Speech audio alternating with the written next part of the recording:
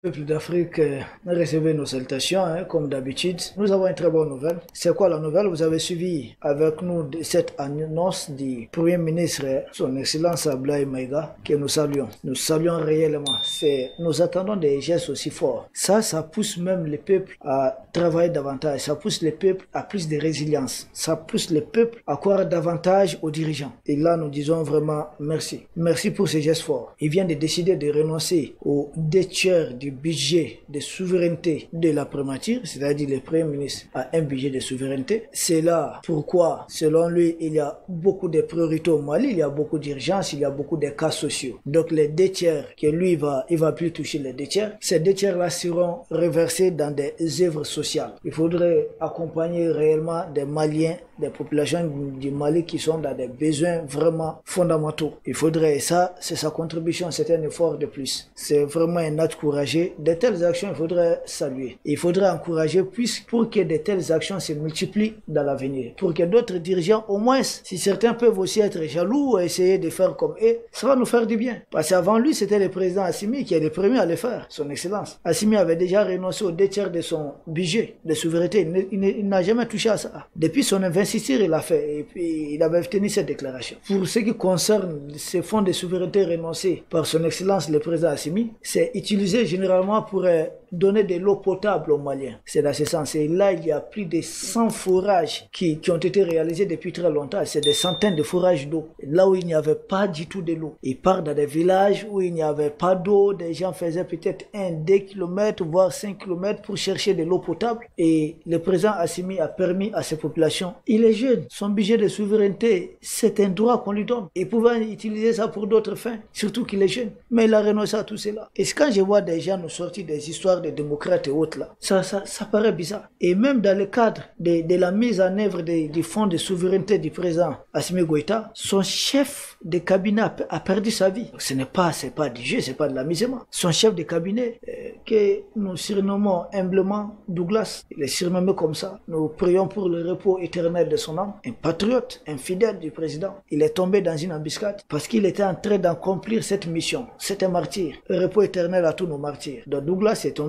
dans ce cadre. Une dame, celle qui gérait même ces fonds, je pense, qui est actuellement ministre, que nous saluons au passage. Donc nous disons bravo. Le président Assimi, c'est un effort considérable qu'il avait fait. Et juste après lui, nous avons vu aussi le président du Burkina Faso, son excellence le capitaine Ibrahim Traoré, qui a renoncé totalement au salaire du président de la République. Jusqu'à présent, il ne touche que les salaires du capitaine. Ah mais c'est des patriotes. Ce ne sont pas des gens ici qui vont dans des hôtels ou bien dans des trucs. Non, non, non. Ils sont simples. Je vous assure que le président Assimi Goïta circule toujours dans une voiture Toyota double cabine, quoi, qui est presque à la portée de tout le monde. En tout cas, de la couche un peu aisée. Toyota double cabine, c'est pas véhicule Toyota V8, Toyota. Non, non, non. Mercedes comme ça. Non, non, non, non. C'est Toyota Hilux double cabine. On en trouve ici, on croit ça. Ce n'est pas lui seul. Presque tous ces officiers clés du Mali sont dans cela. Nous disons bravo, ils sont humbles. Ils font tout pour limiter les dépenses budgétivores. Donc, bravo. Il y a d'autres institutions aussi qui ont fourni beaucoup d'efforts. On a vu des volontaires, il y a des fonds de volontariat au Mali, il y en a au Burkina. Même il n'y a pas longtemps, de l'AMSO qu'on a en France et autres, ils ont fourni d'efforts, ils ont fait des porte-à-porte souvent. Des Maliens ont contribué. L'argent a été reversé, a été remis,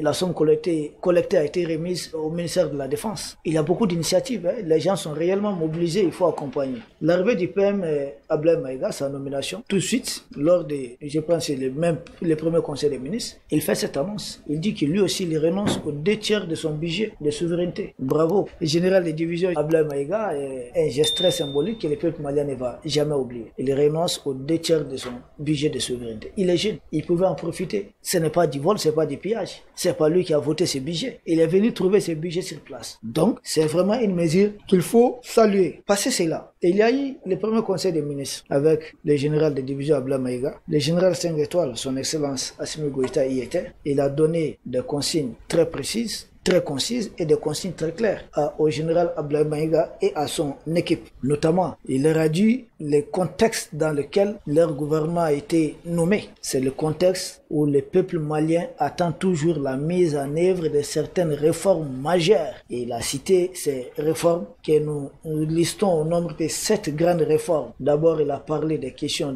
au niveau des secteurs de la défense, de la sécurité. Ça, il en a parlé. Et nous profitons d'ailleurs pour saluer les autorités pour l'acquisition des drones de dernière génération. Il s'agit des drones qu'on appelle Akinci avec une autonomie de vol 24 heures, ce qui va permettre de bien surveiller ces terreaux-là. Et on sait si on les surveille ce qui va suivre après. Donc au niveau de la sécurité et de la défense, le président, le général 5 étoiles, Assimi a fait cette annonce. Il a parlé aussi d'autres réformes, des réformes politiques et institutionnelles, parce qu'en vue surtout de lutter contre la corruption, parvenir à beaucoup de choses, faciliter beaucoup de choses. Mais il a parlé de dossiers, des réformes qui puissent permettre la satisfaction des besoins fondamentaux de nos populations. Ça, il a donné cela comme consigne ferme. Donc, il faudrait réellement être ces militaires patriotes pour mettre comme priorité la satisfaction des besoins fondamentaux de nos populations. Jusque-là, ceux qui prétendaient être des pseudo-démocrates qui dirigeaient nos pays, nous avons des besoins criards au niveau de nos besoins fondamentaux. Rien n'a bougé. Nous avons fait plus de 30 ans dans la démocratie après la fameuse conférence de Bonn, dans l'ère démocratie. 30 ans après, notre pays était en grande partie occupé. 30 ans après, la corruption est tellement développée. 30 ans après, notre armée était désarmée. 30 ans après,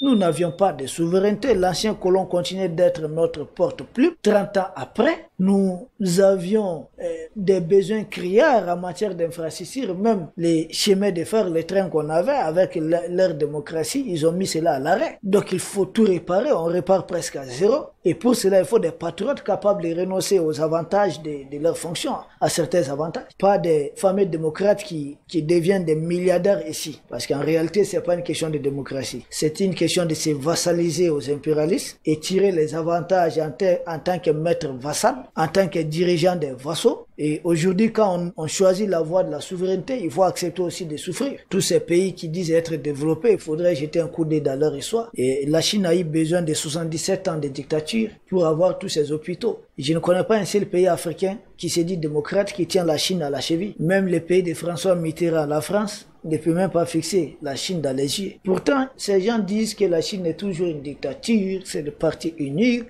c'est comme ça. Mais pourquoi vous n'avez pas, avec votre meilleur système de gouvernance, vous n'avez pas autant de richesses comme les Chinois? Vous n'êtes pas aussi développé comme eux. Vous n'avez pas des trains les plus rapides comme eux. Pourquoi? Nous savons tous la réponse. Donc le président dit d'améliorer la couverture sanitaire. Et là aussi, c'est un point très important. Et il lie chaque fois la théorie à la pratique. Le Mali aujourd'hui est en train de construire un hôpital militaire qui est XXL. C'est vraiment un hôpital de dernière génération. Et là, les travaux sont très avancés.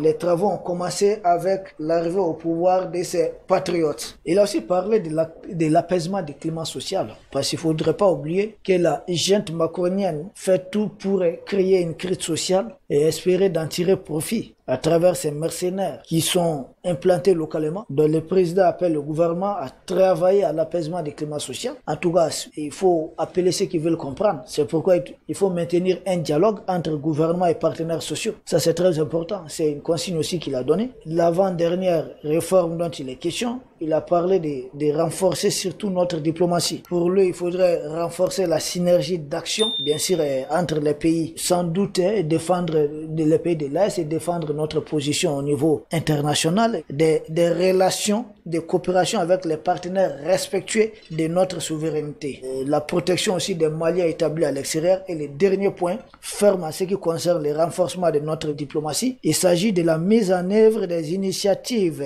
tendant au renforcement de la Confédération des États du Sahel. Et le dernier point, le président Assimi Goïta a appelé à l'organisation, il a appelé le gouvernement à s'atteler à travailler à l'organisation d'élections transparentes et apaisées pour bien sûr finir avec la transition. Ce ne sont pas mes mots, je ne fais que reporter ce qu'a dit le président et ce que nous avons vu qui a été publié. Nous disons bravo, de toutes les façons, tôt ou tard, la transition prendra fin, mais il n'y a pas une date qui a été donnée. C'est ce qui a été dit, donc On attend. Le gouvernement Abdoulaye Maïga doit tout faire pour réussir de telles réformes au niveau de la défense de la sécurité, des réformes politiques institutionnelles, la satisfaction des besoins fondamentaux des populations du Mali, l'amélioration de la couverture sanitaire, c'est-à-dire améliorer les plateaux techniques, l'apaisement du climat social, le renforcement de notre diplomatie. En dernier point, l'organisation d'élections transparentes et apaisées. Voici, entre autres, chers peuples d'Afrique, des choses qu'il faudrait saluer. On a simplement besoin de bons dirigeants. S'il ne tenait qu'à moi, question d'élection, là, c'est autre débat. Il faut juste mettre la forme et puis on continue. Parce qu'on n'a pas à mettre 80 milliards dans l'organisation d'une élection. Pourquoi? Au Sénégal, il y a plus de 60 morts. Pour le troisième mandat d'Alassane Ouattara, il y a eu 85 morts. Bon,